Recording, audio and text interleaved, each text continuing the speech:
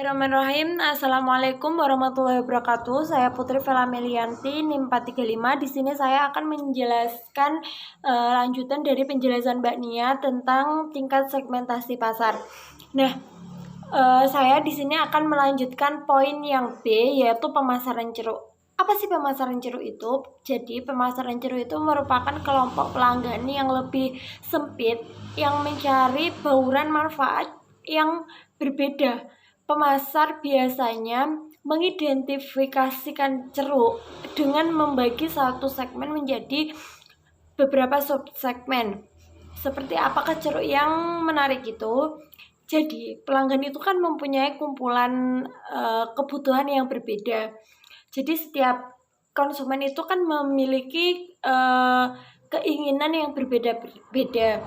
Mereka bersedia membayar lebih kepada suatu perusahaan yang paling memuaskan menurut mereka. Ceruk tidak besar, tetapi mempunyai ukuran, laba, dan pertumbuhan yang potensi dan tidak menarik banyak pesaing lain, dan ceruk mendapatkan keekonomisan tertentu melalui spesialisasi. Lalu mungkin di antara kalian bertanya-tanya contoh ceruk itu yang seperti apa sih yang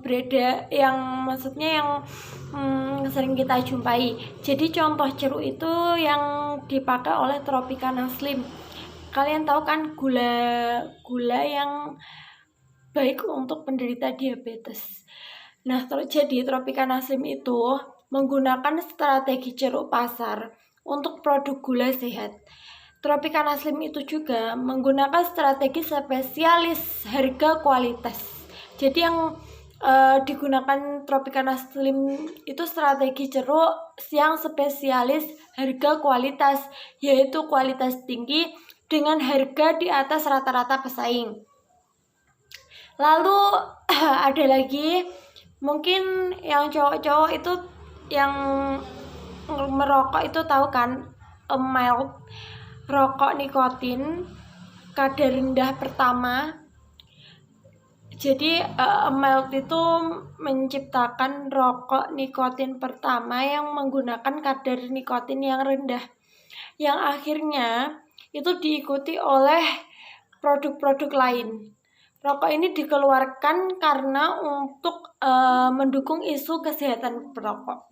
Jadi seperti itu yang dinamakan pasar ceruk, strategi pasar ceruk, pemasaran ceruk.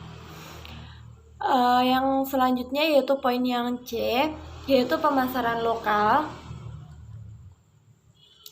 Pemasaran lokal itu memunculkan program pemasaran yang disesuaikan khusus untuk kebutuhan dan keinginan kelompok pelanggan lokalisasi di bidang perdagangan lingkungan sekitar. Maaf, ada sedikit kendala, saya lanjutkan. Jadi pelanggan lokalisasi di bidang perdagangan itu lingkungan sekitar, bahkan toko perorangan. Nah, pemasaran lokal itu mencerminkan tren yang sedang tumbuh, disebut pemasaran akar rumput. Jadi pemasaran lokal itu juga disebut sebagai pemasaran akar rumput karena kegiatan pemasaran berkonsentrasi untuk berada sedekat mungkin dan secara pribadi serelevan mungkin dengan pelanggan individu. Orang yang menyukai pemasaran lokal melihat iklan nasional sebagai suatu yang percuma karena terlalu jauh dan terlalu gagal untuk menghantarkan kebutuhan lokal. Seperti itu. Lalu selanjutnya yang poin D untuk pemasaran individual.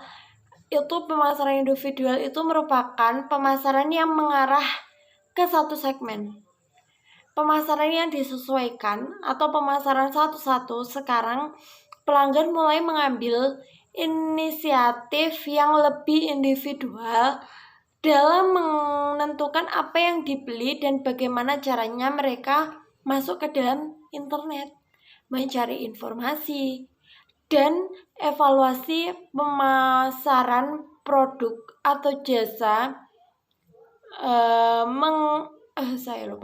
mengadakan dialog dengan pemasok, pengguna dan kritikus produk, serta dalam banyak kasus merancang produk yang mereka inginkan. Seperti itu. Terima kasih, sekian dari saya. Wassalamualaikum warahmatullahi wabarakatuh.